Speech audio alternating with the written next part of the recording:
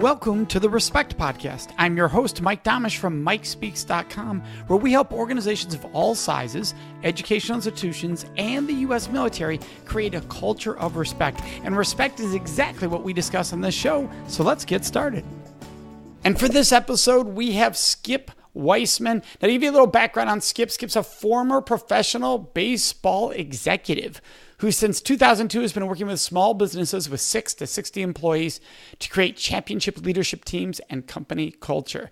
So thank you very much, Skip, for joining us. Thank you for your interest in having me, Mike. Looking forward to the conversation. Absolutely. So let's dive right into it.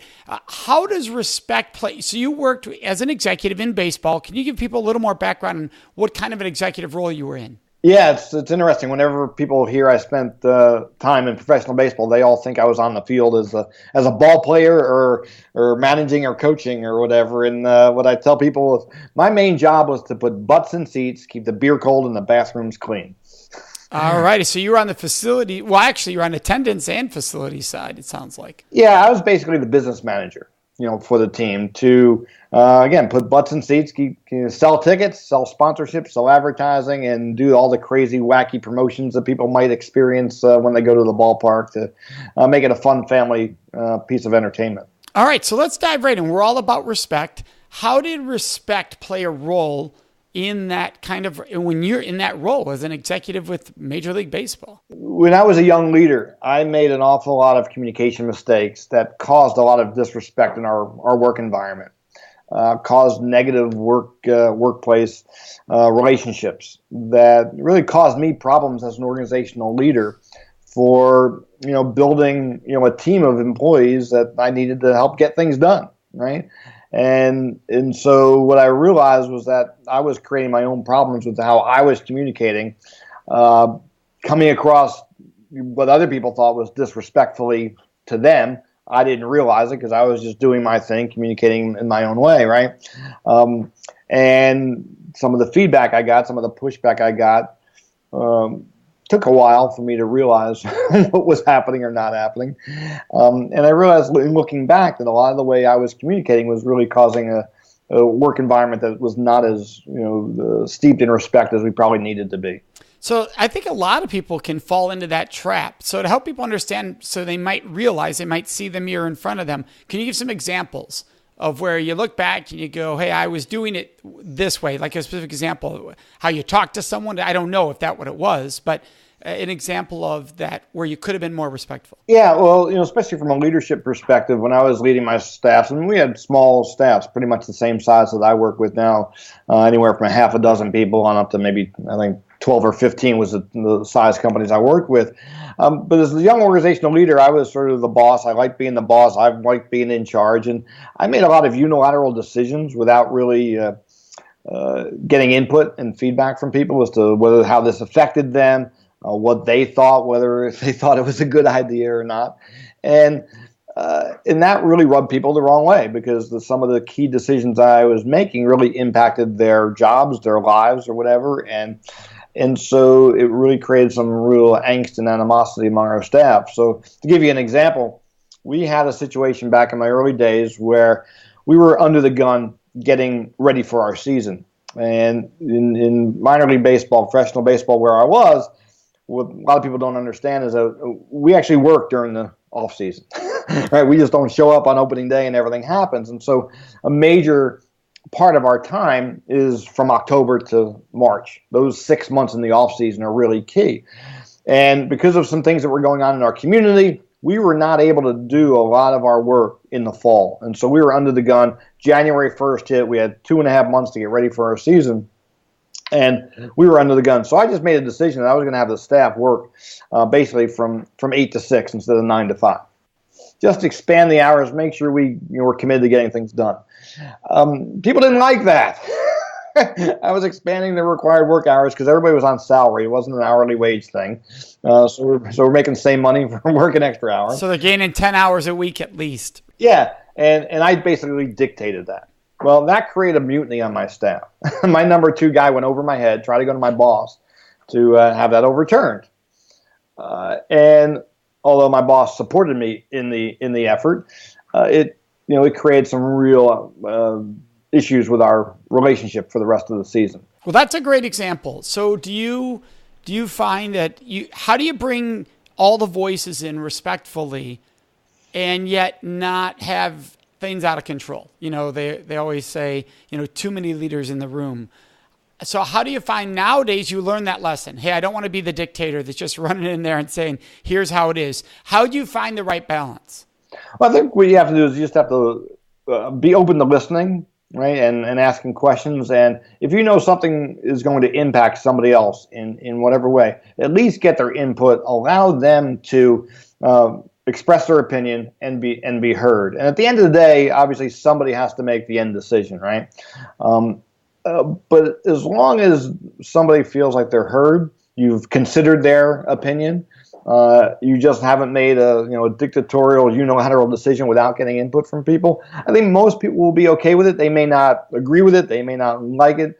At least they will accept it and be more on board with it because at least they felt that they were considered and their issues were considered. And so I think what you just have to do is get input from everybody and take it under consideration. But then at the end of the day, you have to make the decision. And I think if you do that and you're respectful of other people, show that you care about them, you're empathetic, and you do respect them as part of the team, and you respect their opinions, and you feed it back after that consideration, I think most people will be okay with it. And do you find that it's better to seek all those opinions in a group setting, like a team discussion, like we're going to have an open discussion on this, or do you find one-on-one is more powerful? It depends on the dynamics and the relationships. I would primarily probably do it one-on-one initially. And what you can do one-on-one is then, after you gain that data, per se, you bring people together and say, hey, this is what I've heard from everybody, right? And you list those things out, or you talk about them, saying, this is what everybody's been saying. I really take it. I see your points here and there. And so that everybody else can see what everybody else said. And then this is how I came to the decision, and this is why I've decided to go in this direction. So I would probably do it individually at first, and then present it to the team in that way is probably the best way to go. Yeah, you learn over the years, and you don't know in your early years. Same for me when I was a coach, is that when you put it out to the team, you're forgetting that not everybody has the same strength of self-esteem to share. So What happens is you get the strong personalities really running the input, and there's people with brilliant ideas sitting behind them going, I'm not speaking up. But they're brilliant, and we think we heard everyone's voices, so we think I did my job. I said to everyone, what are you thinking? And only 2 spoke up. So I did, I took that. That's the trap there, isn't it? Yeah, and it's funny, when I've facilitated team sessions like you're talking about, my client is usually amazed at the end of the session. Boy, how did you get everybody participating and sharing? Because usually I get 10% of the people, control the meeting and everything. I said, well, there's ways to do that. What I do is I put people in groups, put them in groups of 2 or 3 to discuss the issue. And people are a lot more forthcoming and comfortable in those small group discussions. And then if you do have people who are ordinarily outspoken and like to hear themselves talk or whatever, you can mitigate that. By putting people in groups and letting the group share out so that it's not always the same people. And there's ways to do that if you do it the right way and facilitate it. Well, yeah, and a lot of people don't realize, when they see a situation like that, typically what they do is they spread those people out. The outspoken, the strong. Let's say you have 10 groups, they put 1 in every group. And actually, the brilliant thing to do is stick them all together because only 1 can represent the group. So if you put all 5 let's say there's 5 of them and there's 10 groups, you put all 5 in one group, the other 9 groups have to come to the forward now with their own voices, with their own uniqueness. And that 5 is only represented by 1. I assume that's what you're referring to, that technique. Exactly. Right. Yeah. So many people get that wrong in organizations, companies, and schools. They think, I'll spread them out. That's your nightmare, because then they once again are trying, if they have a person that's trying to run the show, steamroll people, they have the ability to now. Yeah, absolutely. They'll dominate if given the chance.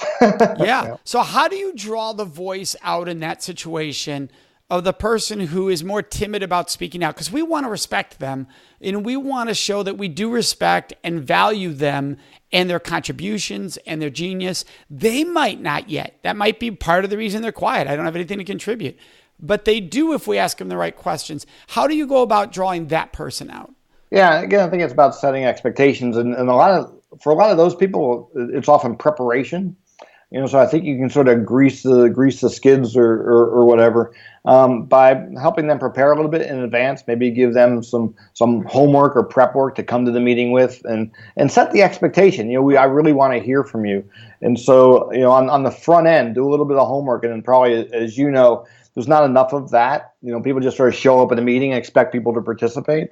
So I think if you go around to some of those people and really express the fact that you want to hear from them. And I know it may take you a little more time to get your thoughts together, so I just want to give you some prep. This is what we'll be talking about, and I'd like to hear your thoughts on these 2 or 3 items, and come prepared to contribute in your group, and then contribute to the bigger thing. So I think it may take a little more preparation for those people to feel comfortable with it. If you're going one-to-one and you say, hey, I'd like you to take a look at this so they can contribute, is there a risk that someone finds out, well, do you need to do it with everyone? Like, do you need to give an assignment to everyone in that case? Because if you don't, it becomes clear some people are getting pinpointed. Yeah, I think you have to be careful with that. I think it's about knowing your people, and all. Most people that are, if they're that shy and they're that timid, they're probably not going to tell anybody that they've been tasked with that anyway. So the fact that it gets out may not happen. But yeah, I think there's always that concern. You want to be careful and make sure you're treating everybody equitably and all. But yeah, I think it's just something to be careful of and be aware of. Skip, you specifically work on helping communication in those leadership teams and companies. What do you think are the 3 to 5 biggest mistakes you see? Because almost always it can somehow relate to respect when we look at these topics of communication. So what do you see as the 3 to 5 most common errors that leaders or managers make? And then, by the way, you can include those who aren't leaders or managers, those who would be on the line. Yeah, I've written a book called The 7 Deadliest Communication Sins, and that just came out in April. And so I Congratulations. Thank you. Yeah, it's been a long time coming, as most books are. And so I identify the 7, but I've actually created a thing that I identify as the 3 primary communication mistakes. And they really impact respect in a work environment. And the first one is a lack of specificity. Right?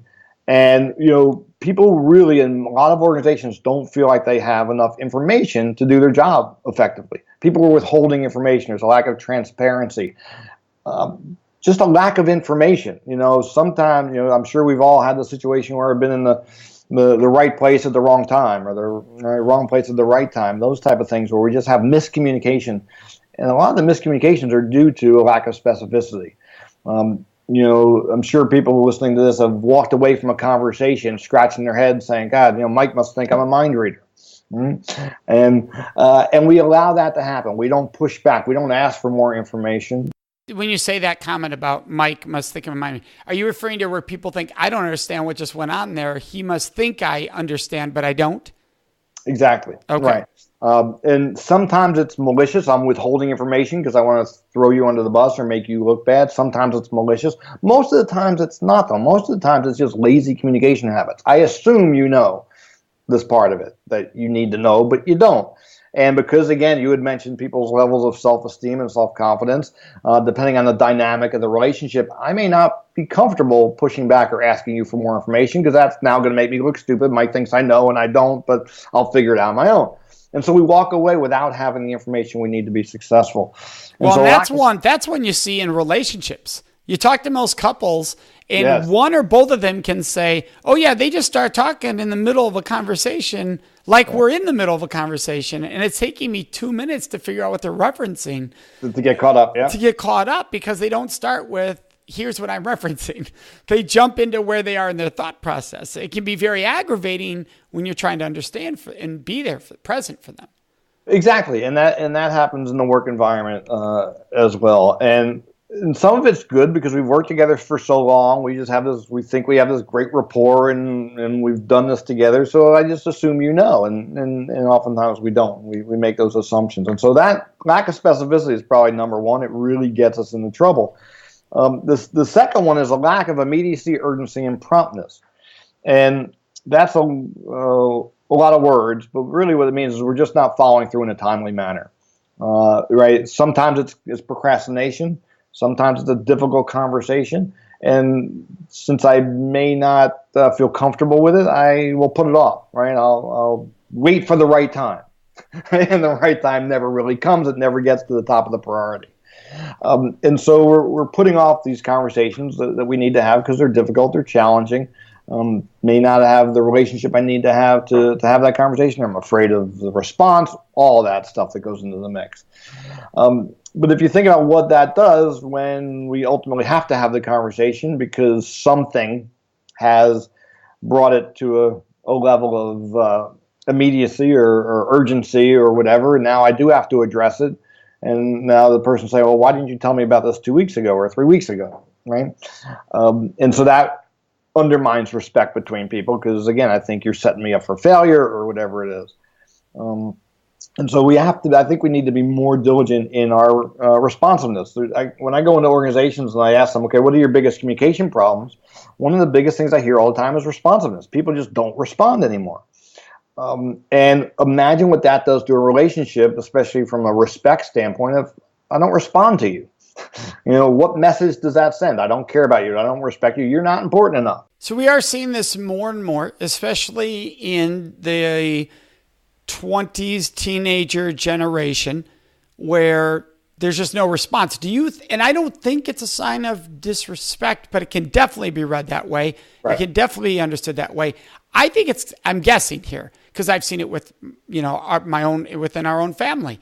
I think it's that generation gets so much Instagram, text, so much that there's no way they're responding to everything. So then it becomes the norm to just, there's another message, versus we were raised in a time where if you got a message, it's important, so you're supposed to respond, where they're like, it's one of 1,000 I got today.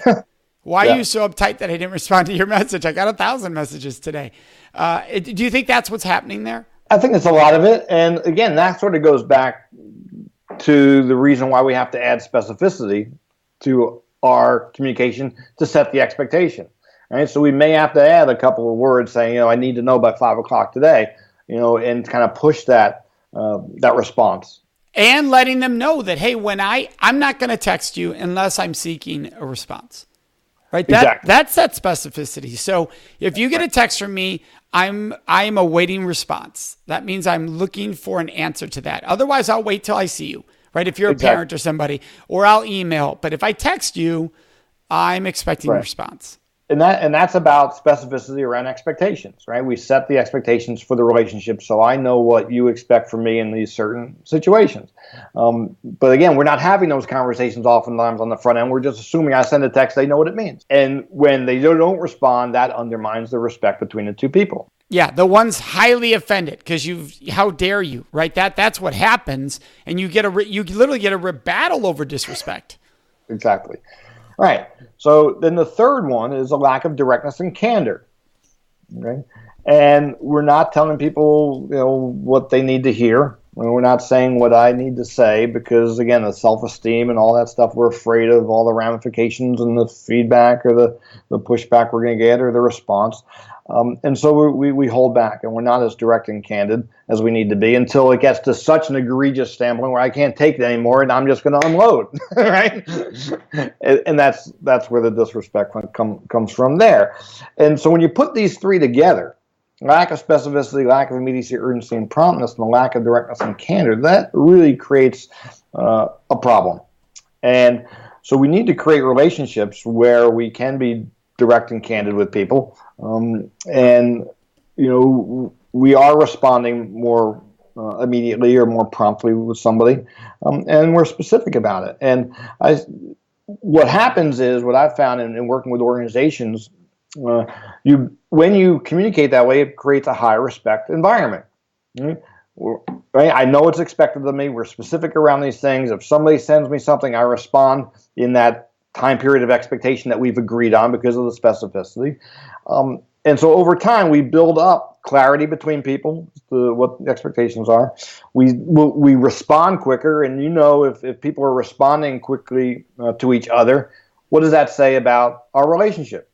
We have respect between each other, right? I trust you, I respect you. And so that's how you build higher levels of respect, by being more specific, gaining clarity, creating a higher trust relationship, and just responding to people creates greater levels of respect. And do you find that the fear here that holds these back from happening more often, that all three is taking place, is that fear the last one? The people's fear of being direct is what leads to two and one occurring, right? Because then I don't want to hurt someone's feelings, or I don't want to, so then I'm not going to say what I'm supposed to say. So therefore I'm not direct. Now we have a misunderstanding of expectations. So now we're getting back into two and one, right? That all can happen from that one fear. Absolutely. Yeah. So you need a leader that can show, hey, you can say things to me that are critical, and I will not flip out. Because if you see that from the leadership, then you can start to feel more trusting. But if you say something to the leader and they flip, you're like, I ain't saying that again. Every kid learns that as a child, right? I said that and my parent had this reaction. I'm not saying those things anymore. I don't care how they tell me to be honest. That didn't pay off. Exactly. And we learn that, from a very early age. And so we hold back. And, if you take it to the next level, really, if you have a high respect relationship with somebody, you can pretty much say anything to them as long as you do it in the right manner, right? Because I know that you're communicating with me for my best interest, and I trust that, and I respect you for that. The challenge is, and I just had a conversation with a prospective client this morning, tell me, what happens is we try to dive into these conversations, and maybe we do have a direct and candid conversation with somebody, but the relationship isn't there. We don't have the trust and the respect of them, and so they take it the wrong way. I don't know that you have my best interest in mind. The way you're phrasing this, and what you've done in the past to me or to others I've seen, tells me you have your own agenda behind it, and so I don't trust you. But I have to have that conversation, so I do, and it goes bad. What I tell people is you really need to look at the relationship first before you try to dive into these conversations. Maybe you need to work on the relationship first, build trust and respect with them before you try to dive into these really difficult conversations. Yeah, so there's a little patience needed there.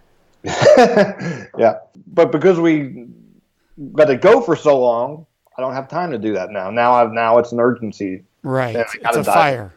Yeah. Yeah. So Skip, you described early on in our interview that the errors you made and then you learned. What was the wake-up call for you? What was that defining moment where you realized, whoa, I can't be doing this anymore this way? My wife said she wanted out of our marriage. And I realized I was making these mistakes in my personal life and my professional life. And we weren't able to save the marriage, which at the end of the day was probably good for both of us. We needed to be separate. But the process of dissolution, dissolving that relationship between the couples counseling, the individual counseling, and some other executive coaching that I got, just opened my eyes to how I was communicating, and it was causing all my problems. Well, I appreciate your honesty and your vulnerability there, because a lot of people wouldn't go there. But I mean, those are the moments where we go, where have I gotten to where I am today, right? And so I can see where that would provoke, wow, how'd this happen, to hear. What's neat is you're able to catch it. Yeah, and the sad thing for me, or good thing for me, is if she didn't step up and say it, I probably never would have, and we would have been going through this dance for God knows how long after that. The interesting thing that brought that to a head is we actually worked together for the last baseball team I worked together. She was our business manager. So she saw it on both fronts. Yeah, and okay. we were working together for those couple of years, and that brought it to a head, I think, sooner than it would have otherwise. So you can look at it as a blessing. Right. No, right. There's reasons the things happen, right? We learn from those lessons. So I think that's powerful that you're willing to share that. I absolutely appreciate that. We're getting towards the end here of the interview. What does respect mean to you, right? Because you've taken this journey now of where you were, and then to have that very difficult moment in life, to have that awakening to where you are today. So what does it mean to you when someone says respect? To me, it means seeing the other person as a human being and not as an object. I think so many of us look at the other person as some type of means to an end. Or an object. And if you're talking about dating, and dating safe, how do you view that partner that you're on a date with, right? Are they just an object to get something? Or is your colleague in the cubicle next to you just, an obstacle, for you to jump over to get to that next promotion or whatever? I think just seeing each person as a human being that has the same stresses, the same frustrations, the same angst that you have, and just being empathetic towards that, and trying to find that common ground. Just to close it out, the story from the very beginning where that guy went over my head, right? I could have very easily just blown through him and didn't care about him, didn't respect him anymore. But I realized, again, he taught me a lesson. He was a couple years younger than me. And it was a difficult season. But after the season, we were able to work it out. And we worked through some things. And 2 years later, he referred me to his boss because he went to work for another ball club, the owner of the team. And he referred me in. He got me a higher level job with his boss, with his owner. And so we were able to maintain that relationship. We're still friends on Facebook, 25 years later. So that's awesome. Now, in addition to your book, which is 7 Deadliest Communication Sins, and we'll have the link to that on our show site and in our show notes, what's another book that's had massive impact on your life? Interestingly, that individual I just told you about, when I was 28 years old, I guess, gave me a book called The Road Less Traveled. And that was the first sort of self-help book, that I ever read. And it was really impactful on my life. The first line, I'm not sure if you're familiar with it. M. Scott Peck is the author. He wrote another book called Further Along, The Road Less Traveled. But that book, The Road Less Traveled, is probably 50 years old. The first line in that book changed my life, which is, life is difficult. Right? And once you understand that and you accept that life is difficult, it no longer becomes difficult because you're not resisting that. Right. And you're not feeling guilty over feeling bad. Yeah. And you can accept and say, okay, life is supposed to be difficult. Let me figure out how to work through it, right? Because most of the challenges we find is we're resisting that type of stuff. I want it to be better or different, and so we fight it. It shouldn't be this way. No, if you expect it that it should be this way, you can work through it. Now, I'm all about positive, mindset and everything, but I think just by understanding that life is supposed to be a challenge, let's figure out how to meet it as opposed to just fight it and resist it. So I've loved that book for 40 or 50 years. I probably read it a half a dozen times. So that would be the big one, The Road Less Traveled. Well, I want to thank you for joining us. That's awesome. You've been fantastic, Skip. So insightful, so much great information. For our listeners, I want them to know how to get a hold of you. That's yourchampionshipcompany.com is your website. And yes. Of course, you have the book, 7 Deadliest Communication Sins. So thank you very much for joining us. Thanks for having me, Mike. It's been a pleasure. Thank you for joining us for this episode of The Respect Podcast, which was sponsored by the Date Safe Project at datesafeproject.org. And remember, you can always find me at mikespeaks.com.